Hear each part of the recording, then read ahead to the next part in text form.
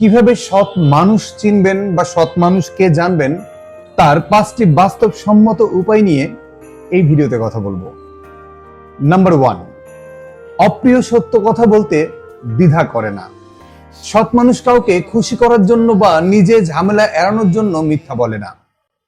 তারা জানে যে অপ্রিয় হলেও সত্য কথা বলাই শেষ পর্যন্ত সবার জন্য মঙ্গলজনক। এর বাস্তব উদাহরণ হলো, আপনার কোনো ব্যবসায়িক পরিকল্পনা বা ব্যক্তিগত সিদ্ধান্তে যদি ঝুঁকি থাকে, একজন সৎ বন্ধু বা সহকর্মী আপনাকে সরাসরি বলবে, এই পরিকল্পনাটি আমার কাছে ঝুঁকিপূর্ণ মনে হচ্ছে, বা তোমার এই সিদ্ধান্তটি ভবিষ্যতে সমস্যার কারণ হতে পারে। তারা মিথ্যা প্রশংসা করে আপনাকে বিপদে ফেলবে না। 2 নম্বরটা হচ্ছে আর্থিক স্বচ্ছতা।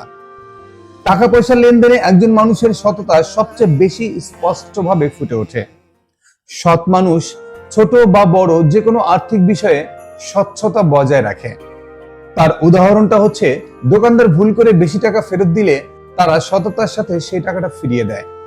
বন্ধুর কাছ থেকে অল্প টাকা ধার নিলেও সময় মতো ফেরত দেওয়ার কথা মনে রাখে এবং তা পরিশোধ করে। যৌথ খরচের ক্ষেত্রে তারা প্রতিটা পয়সার সঠিক হিসাব দিতে দ্বিধা করে না। 3 নম্বরটা হচ্ছে নিজের ভুলের দায়ভার নেওয়া। সৎ মানুষ নিজের ভুল স্বীকার করতে ভয় পায় না এবং এর দায়ভার গ্রহণ করে।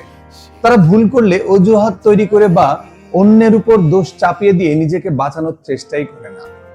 বাস্তব উদাহরণটা হলো, কর্মক্ষেত্রে কোনো কাজে ভুল হলে একজন সৎ কর্মী সরাসরি বলবে, এই ভুলটি আমার কারণে হয়েছে, আমি এর দায় নিচ্ছি এবং এটি সমাধান করার চেষ্টা করছি। তারা মিথ্যা বলে পার পাওয়ার চেষ্টা করে না। 4 নম্বরটা হচ্ছে অন্যের অনুপস্থিতিতে তার সম্মান রক্ষা করা। একজন মানুষের সততা বোঝার অন্যতম সেরা উপায় হলো সে অন্যের অনুপস্থিতিতে তাকে নিয়ে এমন কথা বলে তা লক্ষ্য করা। সৎ মানুষ কারো পেছনে তার নিন্দা বা সমালোচনা করে না। এর বাস্তব উদাহরণটা হচ্ছে, কোনো আড্ডায় বা মিটিং এ যখন অনুপস্থিত কোনো ব্যক্তির সমালোচনা করা হয়, তখন একজন সৎ ব্যক্তি হয় চুপ থাকবে, নয়তো বলবে তিনি তো এখানে নেই, তার অনুপস্থিতিতে এসব আলোচনা না করাই ভালো।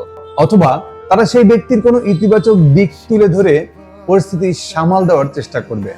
ফাইনালি 5 নাম্বারটা হচ্ছে কথা ও কাজের মিল থাকা। এটা সততার একটি মৌলিক লক্ষণ।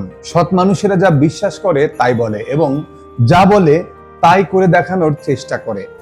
তাদের মধ্যে কোনো গোপনীয় বা দ্বিমুখী আচরণ থাকে না। এর বাস্তব উদাহরণ হচ্ছে, যদি কেউ জনসমক্ষে বলে যে সে দুর্নীতিকে ঘৃণা করে, তাহলে সে ব্যক্তিগত জীবনেও কোনো অন্যায় সুবিধা বা ঘুষ গ্রহণ করবে না। তার নীতিবোধ কেবল দেখানোর জন্য নয়, বরং তার চরিত্রেরই অংশ।